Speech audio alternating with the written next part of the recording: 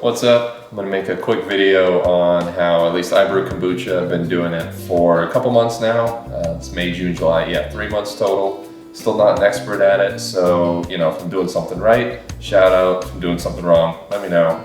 I'm sure I'll figure it out with time, but it's pretty simple. I'm just going to do the first fermentation, the first batch. So it needs to essentially just make a bunch of tea, throw the SCOBY in there, which I've got my SCOBY from a couple batches ago. It's been sitting in the fridge. I took a week off, so it's been preserved in there, and then also the starter tea that goes in with it.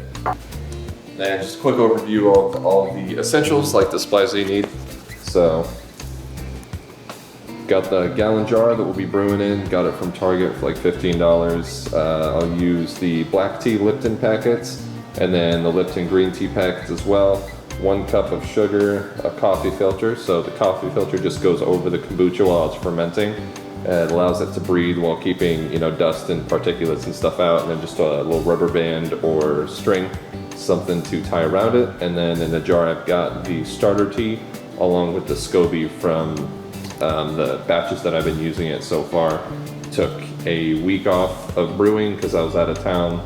So I just stored it inside some tea in the fridge. It stops the fermentation and then keeps it good for a while. So I'll just be bringing that back out for the next batch. So the first part's fairly straightforward. Just make tea.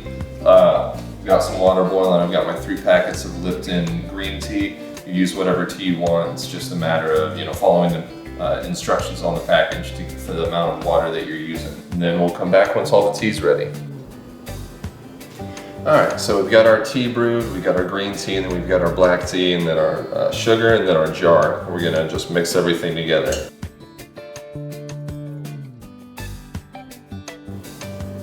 Sugar. Stir it up. So one of the things that a lot of people say about kombucha is the fact that it's a very low sugar, but still, sweet drink. What it is, I know it's an entire cup of sugar, but the SCOBY is a yeast and a bacteria that feeds on that sugar for over the week that it's fermenting. So the end result is actually a very low sugar drink. And so the next point is to add the SCOBY and then the starter tea, but you don't want to add it when it's super boiling hot. So you have a couple options.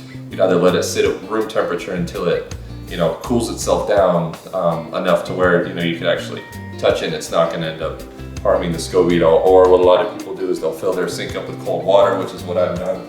I've got some of these ice packs that we'll put in there, and then it speeds up the cooling process. So instead of it taking 2 or 3 hours, it should only take about half an hour to 45 minutes.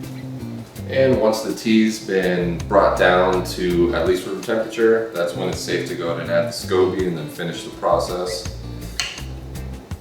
So you really just dump it all in there. I think that was actually 2 SCOBYs that were separated, but it'll all work the same. The SCOBY will float to the top eventually. If not, as long as your hands are clean, you can kind of get in there and then work the SCOBY up to the top, because that's where it needs to be able to get the oxygen from the air, and then make the kombucha.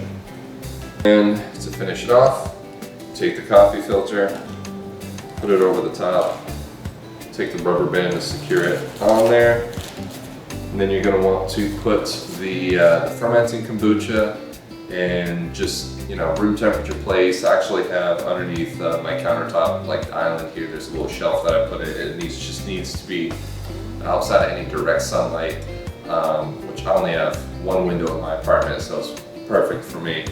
But you just leave it there and leave it for about a week. This whole process of making the first batch of kombucha takes probably about 2 hours on the clock, but only about 30 minutes, 45 minutes of actively doing things. Everything else is waiting for water to boil or waiting for the tea to cool down. So that's all there is to it, and then I'll see if I make another video about the second fermentation, which is where you add flavors and then carbonation to the kombucha. Thanks for watching.